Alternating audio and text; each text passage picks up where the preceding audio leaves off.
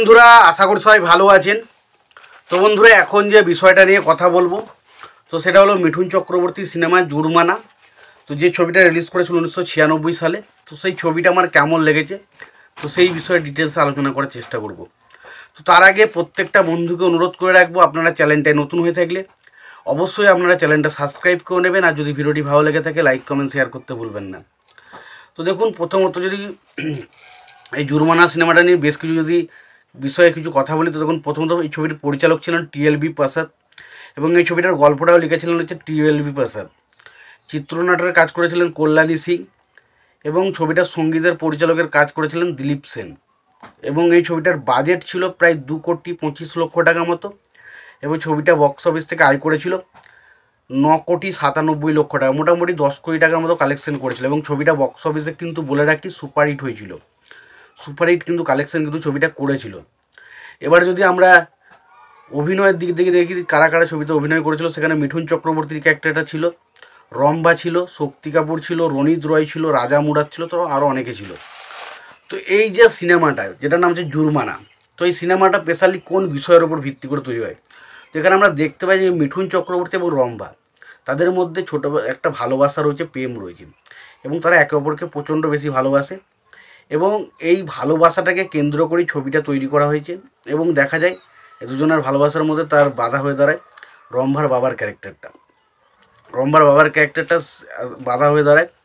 এবং রম্ভার বাবা সে খুবই একজন ধনী, এবং তার পাশাপাশি সে একজন মন্ত্রী, এবং পাশাপাশি মিঠুন চক্রবর্তীর ক্যারেক্টার সে একজন খুব নিম্নবিত্ত এবং মধ্যবিত্ত পরিবারের মানুষ।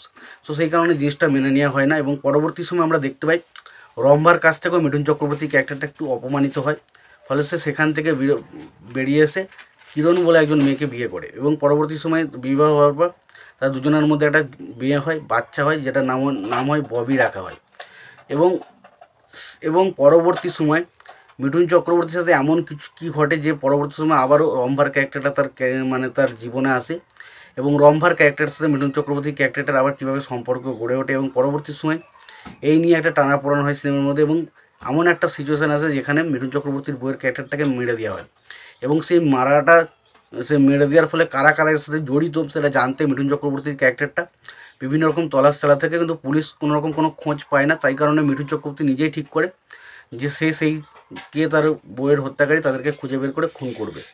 সে খুঁজতে থাকে, এবং পরবর্তী সময় মিঠুন চক্রবর্তীর যে মেয়ে রয়েছে তাকেও কিন্তু কিডন্যাপ করা, এবং তারই পরিপ্রেক্ষিতে মিঠুন চক্রবর্তী নিজেকে তাদের কাছে মানে উপহার তাদের কাছে নিজেকে নিয়ে যায়, এবং নিজের মেয়েকে ছাড়ানোর চেষ্টা করে। এই পর্যন্ত সিনেমার বিষয়বস্তু। এর থেকে বেশি কিছু জানতে গেলে সিনেমাটা দেখতে হবে।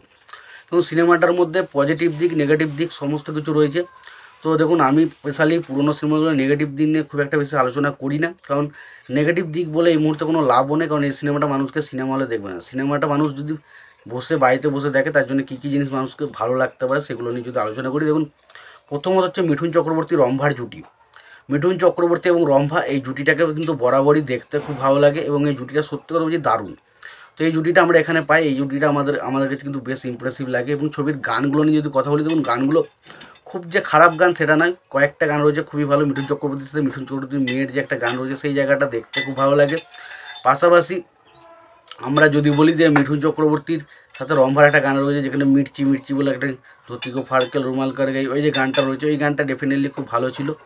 পাশাপাশি আমরা যদি বাকি বিষয়টার দিকে তুলে দেখি, তো সেই দিক দিয়ে দেখতে গেলে কিন্তু বাকি জিনিসগুলো কিন্তু বেশ ভালো। ছবিতে অ্যাকশন সিনগুলো মিঠুন চক্রবর্তীর স্ক্রিন প্রেজেন্ট অ্যাকশন সেগুলো বেশ ভালো। মিঠুন চক্রবর্তীর ভাইয়ের ক্যারেক্টারে রণিত রায় প্লে করেছে, সেই তারও কাজ কিন্তু ওভারঅল ভালো।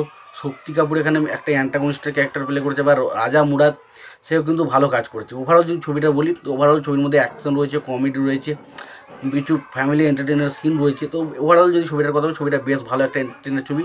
যদি না দেখে থাকেন অবশ্যই দেখতে পারেন। ছবিটা দেখে থাকলে আপনাদের কেমন লেগেছে জানাতে ভুলবেন না। ভিডিওটি ভালো লেগে থাকলে লাইক কমেন্ট শেয়ার করে দেবেন।